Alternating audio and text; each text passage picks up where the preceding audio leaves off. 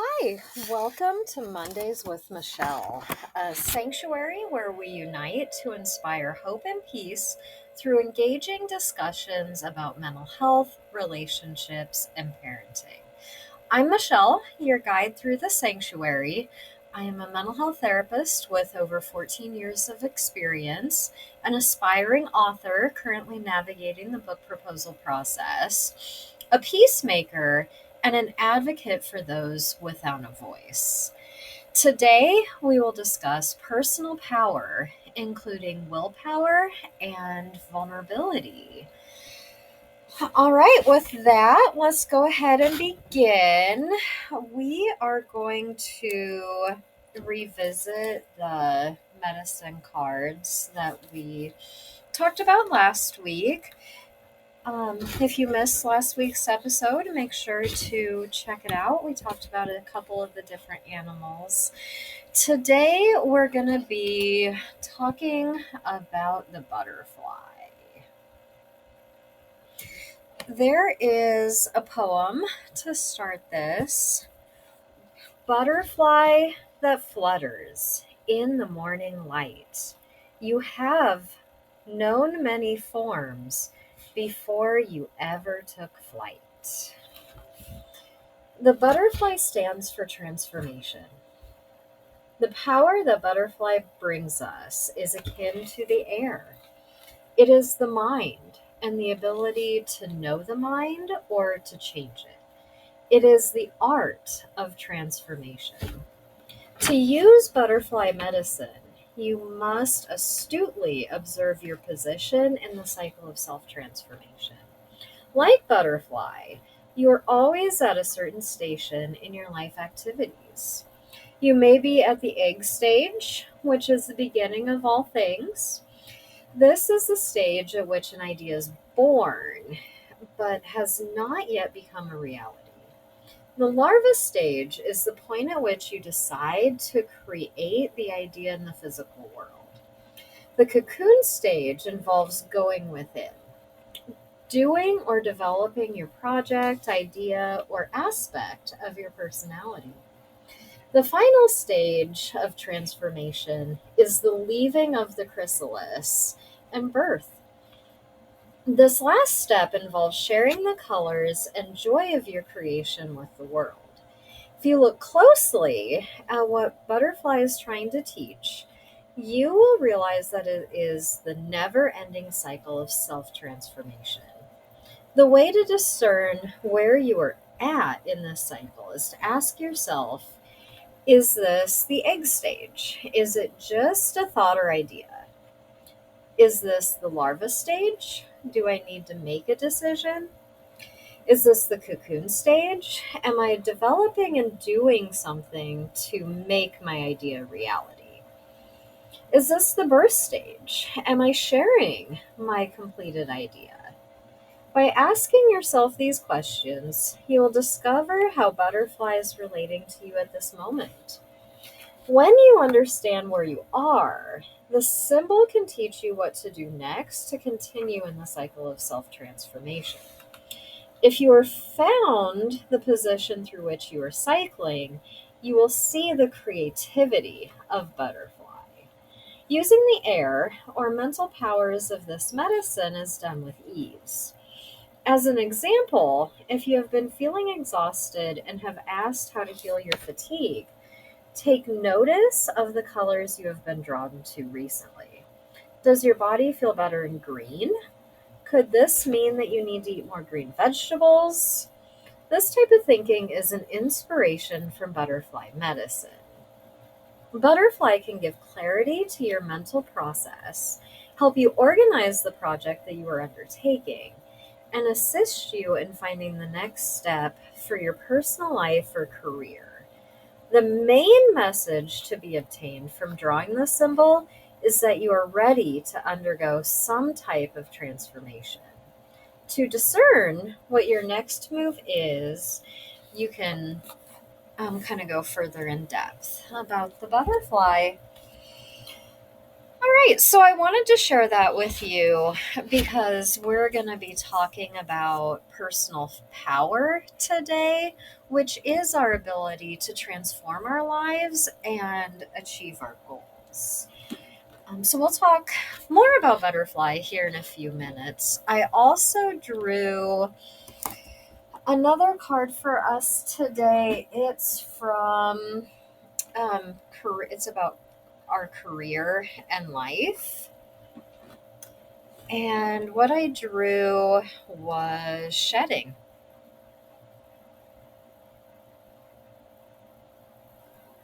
You can see the snake that sheds its skin. You are starting to outgrow your work situation. You need to set higher goals and standards. You work well in healing and medicine. So I like definitely the first couple parts of that.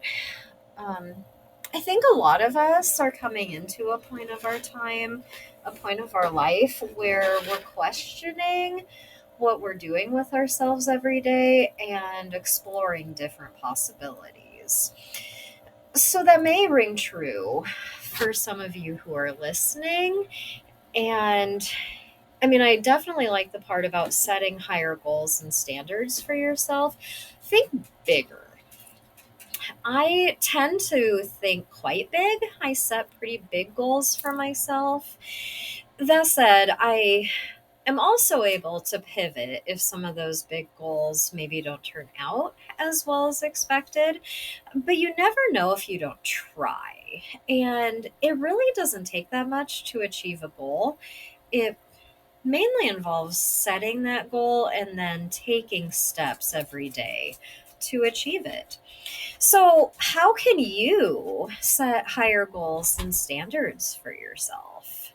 And then maybe some potential ideas for working in healing or medicine if those things resonate with you. Obviously, there's a lot of options for careers in our world, though.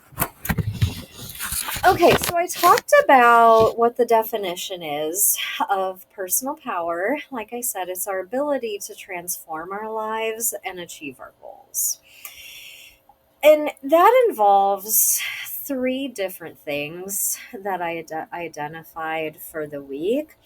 The first is authenticity. To come into your personal power, you have to be yourself. You can't be someone else. If you try to be someone else, essentially you're giving away your power to them instead of really owning and coming into your own and using it. When we set goals or aspirations for ourselves, they have to be our own goals. Otherwise, we're probably not going to have the passion to achieve those, and we're probably more likely to fail. Granted, typically when we fail, there are some life lessons that we learn along the way, but ideally, we want to set ourselves up for success. So, really considering and thinking about what is true for you. How do you want to live your life? What are your personal goals in the different areas? So, be you. Ideally, probably not even ideally. We are here for a specific meaning and purpose. By here, I mean on this planet. We came here on planet Earth to achieve a certain purpose. Psychologists can even kind of help you find your meaning and purpose, or mental health professionals can help you find that. But if we're trying to live someone else's meaning and purpose, we're not being true to ourselves and we're going to lose that power. So figure out who you are, what your meaning and purpose is on this planet, and then start making goals accordingly. The second piece is taking healthy risks. I return to the metaphor I used and why I wanted to talk about butterflies today. A few months ago, I talked about the different stages of change, the transformation process we all undergo. At that point in time, I was really focused on going within the cocoon. As we heard, that's one of the stages of transformation, is going into the cocoon, figuring out what it is you want to do, doing some self exploration, honing your goal, figuring out your action steps. But now it's time to break free from our cocoon. So, our personal power helps us to release the confines of the cocoon and be able to spread your wings and fly. Interestingly, today during my lunch hour, as I was thinking about this, thinking about the butterfly, I actually had two butterflies right outside my patio door. It's a glass patio door, so I can see out pretty easily. The first one came earlier on. I think it was probably a red admiral, but I didn't go out to look at it. It was definitely red in color, so I think it was one of those. But then a very large monarch came towards the end of my lunch, and it was just fluttering around like all over my patio, going back and forth. Um, so it was definitely being that role model and validation for me that I was talking about what we need to talk about. Butterflies are beautiful. They I mean, obviously, they're a symbol of transformation. What starts out as this little fuzzy caterpillar that just crawls where it needs to go and eats and eats and eats a ton before it spins its cocoon or its chrysalis. During that process of transformation, it completely breaks itself down and forms its wings. And then it does, like, it needs to break through the cocoon. If somebody helps free it from the cocoon, it actually doesn't gain the strength that it needs to be able to fly. So it needs to go through the hard to be able to develop and build strength. And we are very similar to that. Life is definitely an ebb and flow of ups and downs. We can't have one without the other. We need to have some sort of suffering in our life because it does give us the strength and the courage and the tenacity to overcome any challenge that comes our way.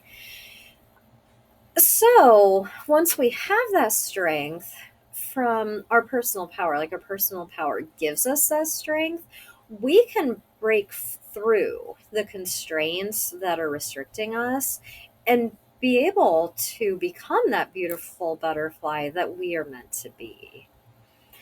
So then the third part of personal power is accepting responsibility for our actions. We aren't perfect. At least I haven't met a perfect person yet. So we're gonna make mistakes in life. We're gonna go maybe choose the wrong path, or we're gonna encounter stumbles in the road. Unfortunately, sometimes those choices and decisions may hurt other people. But the best thing that we can do is let go of blaming anyone else for the mistakes you made. You know, a lot of times, like, little kids will do that. They will blame an older brother, a younger sister. It was them, it wasn't me. But during that process, parents usually teach and guide kids on how to just own the mistake, accept the consequence, apologize, and move forward with life after that, hopefully learning the lessons to accept responsibility and be honest and truthful when mistakes happen. So, as adults, we can do the same thing. Um, I definitely know adults who like to blame everyone else for their mistakes, but that really hinders our ability to transform our lives. What tends to happen is cycles repeat themselves over and over and over again until you learn what you need to learn from that mistake. So you're robbing yourself of the ability to learn and break cycles that are causing you pain in your life if you are just blaming everyone else for the problems in your life. So the best thing that we can do, like I said, is release blame. Learn from your mistakes, Build resiliency to pick yourself up, brush yourself off, and just start again. It's kind of like the process of learning how to ride a bike. I don't know about you guys. Maybe you were able to just get on a bike and ride. That was definitely not my experience as a young child. It definitely took me several times falling down before I could figure it out. So we're going to fall. That's part of learning and growing in life. But falling does not mean you give up. Falling gives you the opportunity to become resilient. Like I said, pick yourself up, maybe take care of your scraped knee if you scraped your knee. Otherwise, brush the dirt off from falling down and get back on the bike. Learn how to do it. Our adult life is not that much different from our childhood life. We are still learning and growing and figuring out this thing called life that we're pretty graced to blessed to be able to experience, because life is pretty fantastic here on planet Earth. We live in a pretty beautiful world. All right, so next we're going to talk about willpower. And again, there's 3 parts of willpower that I'd like to talk about with you today. The first being self-discipline. What willpower is, one of the pieces really is having the self-discipline to stay focused on your goals. The second part is free will.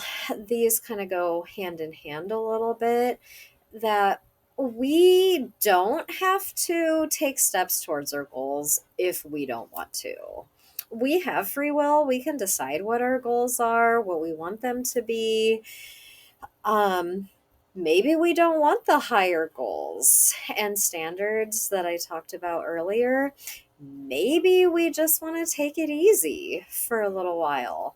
So we have the free will to take the easier path. We also have the free will to take the path that is going to challenge us and maybe give us the opportunity to transform ourselves from the caterpillar into the beautiful butterfly.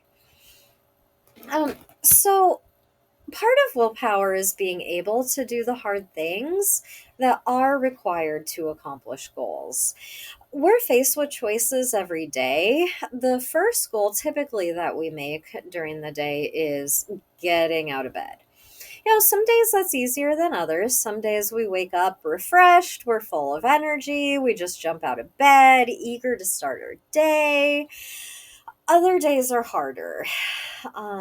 You may feel like sleeping in. Maybe you didn't sleep well the night before, so you're tired, you want more rest. Maybe you're tempted to call in sick or skip your workout. Those things that are healthy for us and beneficial, that help us live the life worth living. So willpower gives us the motivation to do hard things on maybe the days we're lacking motivation. Willpower helps us every day, but especially those hard days. We think about our goals. We think about what we want to accomplish. And maybe our goals are simple. Maybe we have a goal. We need to go to work to earn the rent money so we can continue to have safe, stable housing. And that's great. It still takes willpower to accomplish that goal. So willpower gives us, like I said, that motivation to do the hard things, to get out of the bed in the morning, to choose action.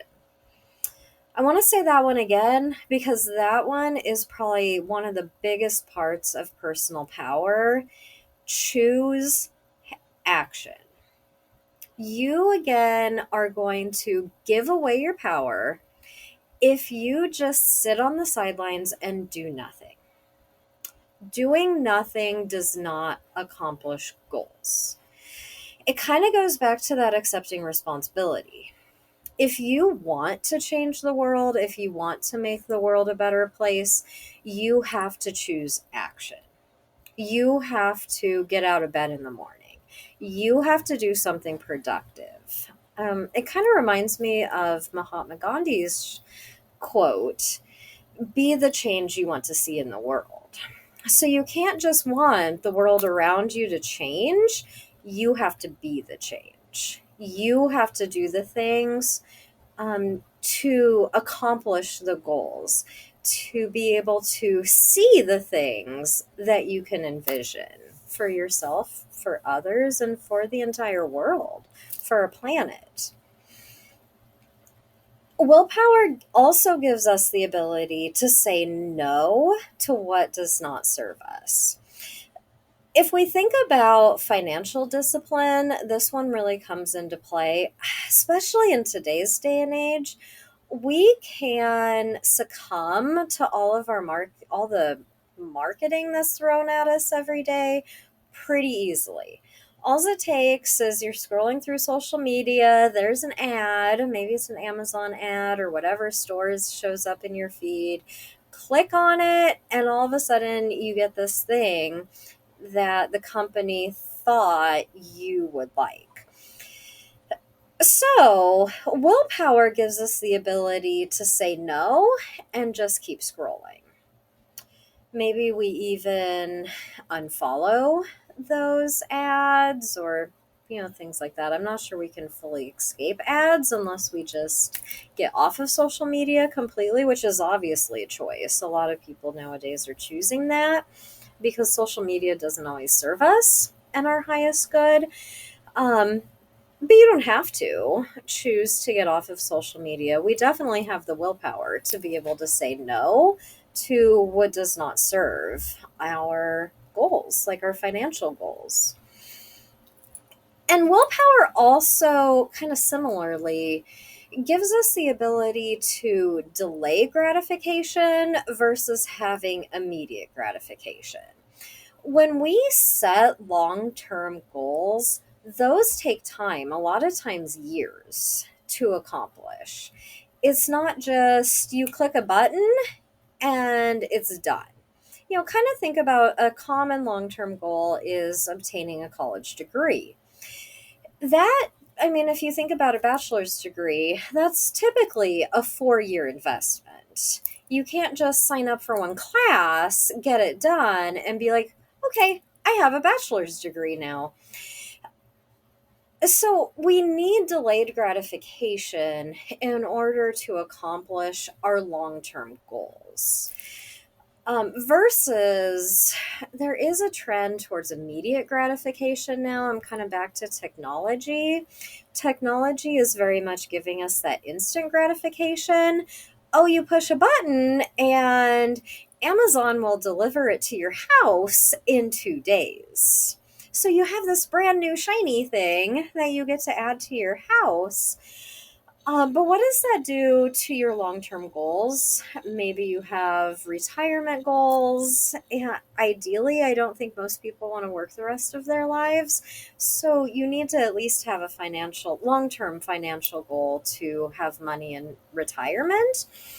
If you're buying all the shiny things that Amazon is targeting us to buy from them, we're probably not going to have the money we need to be able to retire when we'd like to, or we might not be able to achieve those goals when we have more time in our life when we do retire. So willpower allows us to say no to the bright, shiny thing, keep scrolling, and focus on delaying gratification. Anything worth living, anything worth having, does not come easily. It takes time, it takes effort, it takes investment if it is worth having. If it's not worth having in your life, it's probably going to be easier to get, but you may not want to hold on to it. That bright, shiny thing, maybe it's going to break next week. So then you spent a whole bunch of money on something that didn't serve you for very long versus putting that money into the retirement account. Typically that grows money. So it's going to provide some passive income plus help you maybe do some more enjoyable things later on in life. So that's the power of willpower and really tapping into that as part of our personal power. And then the last piece about personal power that I want to talk to you about is vulnerability. Now, those things may seem like opposites. That said, I'm trained in dialectics, so I understand that we need all of it. We need the easiest dialectic to understand is day and night. We need both night and day to experience a full day. And obviously, the different parts of the day serve different purposes. Daytime tends to be for productivity, for work, for exploring the world, whereas nighttime is that time to retreat, to rest, to recharge. And with rest and relaxation comes healing. So it's our time to really heal ourselves, heal our body. Healing happens during sleep naturally. So we need that time to restore our body, to heal. We also need the time during the day to be productive. So we need both parts of the day. So that's the easiest way for me to describe what a dialectic is. So with this dialectic, it does seem opposing. That we have power. When people think of power, they think of strength and courage. Um, Maybe size even has something to do with it, with personal power. Versus the other part of this dialectic that I'm presenting today is vulnerability. That is part of our personal power. A lot of people in today's day and age have an outdated belief system, usually developed in childhood. I think this really goes back to the silent generation. The silent generation are now in like their 80s and 90s, where they just kept their mouth shut. They didn't talk about things. They let other people just kind of do what they wanted to do without really a lot of responsibility or accountability for their actions. So they're called the silent generation. There was a lot of secrets during that time. And I think part of the belief about emotions, and specifically emotions being a sign of weakness, came out of that generation. Like, oh, don't talk about emotions. What I can tell you is your emotions are very tied and connected to your personal power. For example, being your authentic self is figuring out what you're passionate about. And that is where a lot of our personal power and our confidence comes from. So we need those emotions. We need that passion. We need to care about something in the world. Typically, it's something bigger and greater than ourselves, to even really find and build and kindle and grow, ignite that personal power. So, our emotions are really important in developing, feeding, keeping that power going. Also, when we embrace and share our emotions with other people, we build connections with them. Nothing we experience on this planet only happens to us. It, granted, it's in varying degrees, but we have people who have experienced very similar things as we did. There's even, like I said, those cycles tend to repeat themselves. So people have even experienced these types of things that we've experienced over and over and over again. So sharing those emotions with others really helps to build connections. I really like the example, if you've seen the movie Inside Out, that joy tries to be the only emotion that there is, and she tries to kind of get rid of all the other emotions. But what she finds out, and what all the emotions find out, is we need all of our emotions. We need sadness. We need anger. We need fear. We need joy. And we need disgust. I don't want to forget about disgust. So, when we are able to build those connections by opening ourselves up, sharing our emotions, our experiences with those around us, granted, they need to be trustworthy people. We don't just want to open up to just anyone. And ideally, it would be more of a gradual process as you're getting to know someone. I like the concept of trauma dumping, and we don't want to like dump everything on a person all at once, ideally. Ideally, it's a gradual process, whereas we're getting to know someone, we just share kind of one piece at a time until we're able to share our entire puzzle with another person. But when we build those connections, we build a support system.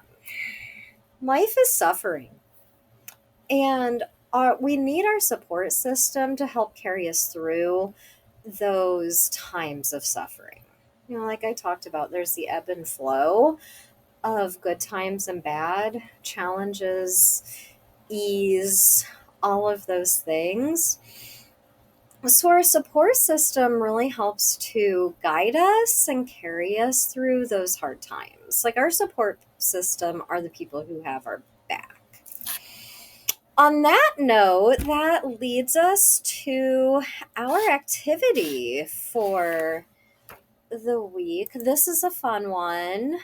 I did this several years ago as part of a training at one of the places I worked at, and I really liked it.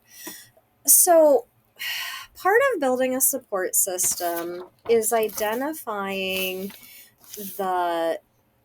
this specific activity includes 7 people who we want on our personal board of directors. So we develop this board of directors for ourselves. And a link to this will be below, so don't feel like you have to catch everything and write everything down as I'm talking about it. Feel free to, listen to me. You can even come back and listen again if you want further explanation. But you will be able to click and have it, maybe print it off for yourself. So this is from the mentor program at the University of Georgia. There's lots of these different activities, but I like this one. I think is pretty thorough, and it explains the different roles. It's not just who are your top 5 supports. It's really finding people intentionally who you are going to turn to when things are hard or you need to make a decision that's really meaningful in your life. So the first person that you're looking for is called the challenger. The challenger is someone in your life who tells you like it is. No holding back. This is someone who will say what others may be thinking, but they don't have the courage to say. You don't have to agree with every opinion they share, but you do have to appreciate their willingness to tell it to you straight. So these are people who keep it real with you. They're the people who aren't afraid to have a hard conversation with you. Ideally, the challenger does it in a kind, compassionate way.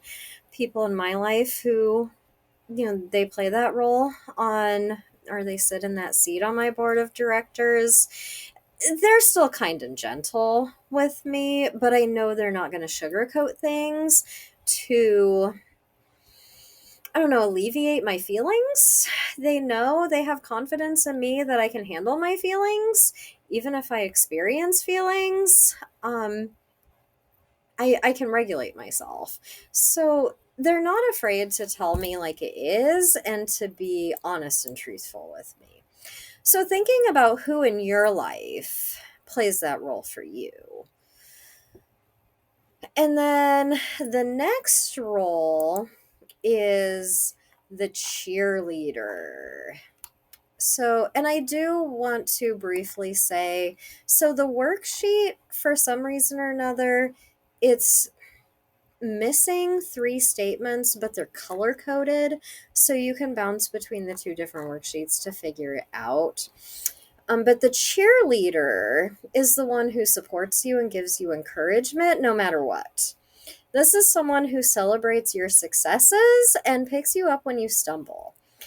The person who listens to you while you vent, and you can just let down your guard and be completely yourself with them. So think about that person as I think about the people in my life who play that cheerleader role. For the most part, they're always there. Granted, they have their own life, so they may be busy doing something, but I trust that they're going to call me back as soon as they're able to. I know they're not just going to ghost me. And I know no matter what, they're going to make me feel better because they're kind of just like this ray of sunshine in my life. So anytime I talk to them, they just make me smile no matter what's going on in life at the time. So that's your cheerleader. They cheer you on, they encourage you. You can do whatever you set your mind to do, there's no stopping you. So you need that cheerleader to sit on your board of directors. And then we have the coach. The coach is the person who drills and prepares you to be a better version of you. It's someone who drives you to stretch yourself, who helps you work out what you'd like to do, and then helps you plan the best way to get there. So if you've ever played a sport, there may be times where you're frustrated with the coach because they're pushing you to your limits. They're guiding you, they're training you, they're doing the same drills over and over and over again so you can really hone your craft and get good at the basics. If you don't have a good coach, you're not going to get where you need to be. So that coach is the person who pushes you to your limits, who encourages you to step outside of your comfort zone.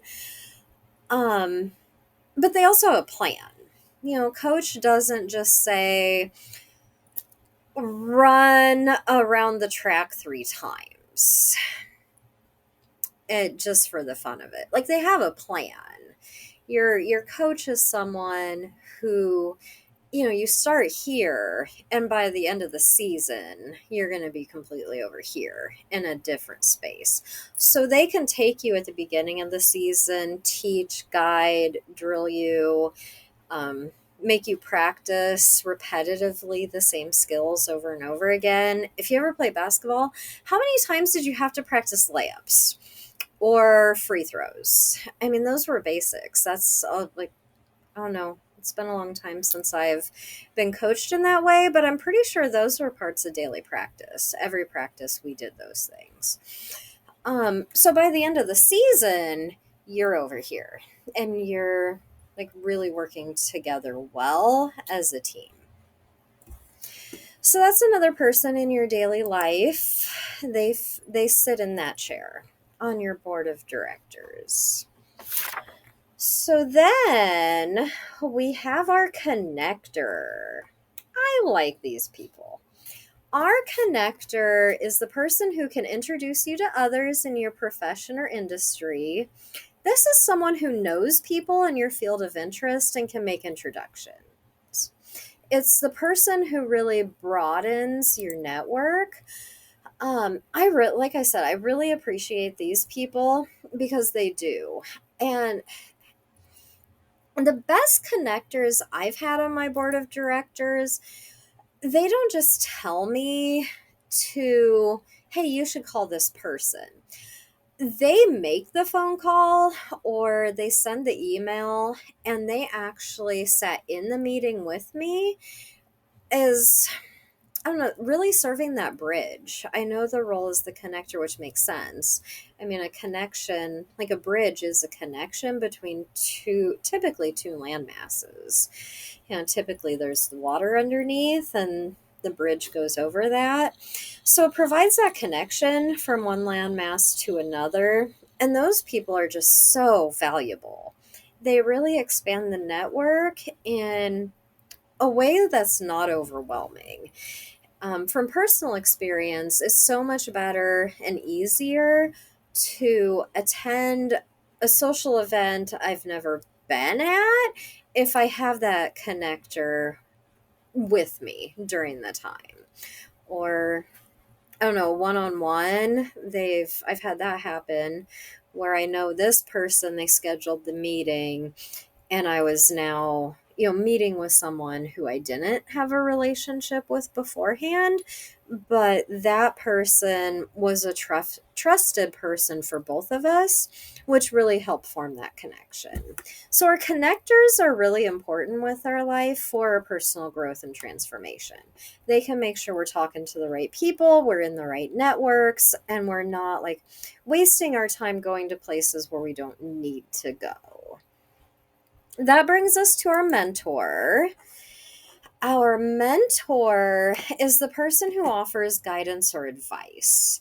Someone who's willing to take you under their wing, like show you the ropes, the person you look up to, who's influential, they suggest resources to help you develop. Again, I've been pretty blessed with some really strong, solid mentors throughout my life. Again, they took me from point A to point B and really helped me transform my life in a very positive way. There are people who want to bat for me and created opportunities for me. They didn't even just kind of plug me into a place where they thought I would fill or be a good fit. They actually created positions for me based on my strengths and what I'm good at, and also what would be part of the greater good for the organization as well. So mentors are really important people who sit on our board of directors, they've been there, they've done that. So they really do help us to be able to learn, grow, develop in the best way possible. Sorry, I don't know what's going outside of my house. I think that my intersection, there tends to be some car accidents. It sounded like somebody got in an accident. I'll finish this up and then I will check what's going on. But if you heard a loud noise and you heard my dog start barking, think that's what happened. So that then brings us to the role model. The role model in our life is the person we aspire to become. There's someone who has achieved success in your area of interest. They're kind of the person's shoes that you hope to walk in one day. They're the person that you want to become. People have these transitions in life. One person retires, another person takes over. So our role model is the person maybe you want to kind of take their position someday. So they sit on our board of directors, kind of similar to a mentor, but it's a little bit different, to really help teach us how to be successful in our certain field of interest. And then our last person on our board of directors is called our sponsor. This is the person you can speak your strengths and abilities, or who can speak about your strengths and abilities when you're not around. These are the people who really have your back. They talk about you in a very positive way. So people are always going to talk behind your back. Just an FYI, if you haven't realized this in adult life, I'm now teaching this to you. People are going to talk about you behind your back. So your sponsor is the person who helps guide those conversations when people are talking about you, to really build up your strengths and really tell people how awesome you are. So we want to have these people in your life. They may send you referrals. They, like sending people your way. They may like give you opportunities, kind of get your foot in the door, so to speak, because they're talking so highly about you. So we need that sponsor. As someone who advocates for us, again, when we're not in the room. So that's our activity for this week. Figure out and identify, ideally, these are people who are already in your life, and really plug them into your roles. Who sits in these different spots on your personal board of directors? All right, so as always, we have our intention for the week. So this week, based on what I talked about today, create an intention to build personal power this week in whatever area that resonated with you as I spoke. And then our reflection for the week is, what dreams do you have for your life? What obstacles stand between you and your goals? What actions can you take to unlock your true potential? This goes back. You need to choose action. So what actions can you take to unlock your true potential? And this week, what emotions can you share with your support system to build deeper connections and understanding? All right. If you have any questions about personal power, please feel free to put those in the comments. I'd love to hear what's on your mind, or if you have anything to add, I would also love to hear that. If you have any questions about mental health, relationships, or parenting, please email them to hopeacedtogether@gmail.com. Next week, we will be talking about how to organize your life. And then Saturday, August 30th, we have our first monthly healing sanctuary. It's from 1 o'clock to 2 o'clock Central Time. It'll be over Zoom, and that is for my paid subscribers. So make sure to sign up for your either annual subscription or monthly subscription today, and you'll get that link, the Zoom link, on Saturday morning and be able to join later Saturday afternoon.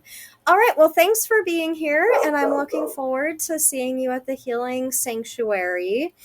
Otherwise, I will chat with you next Monday. Thanks so much. Have a good one.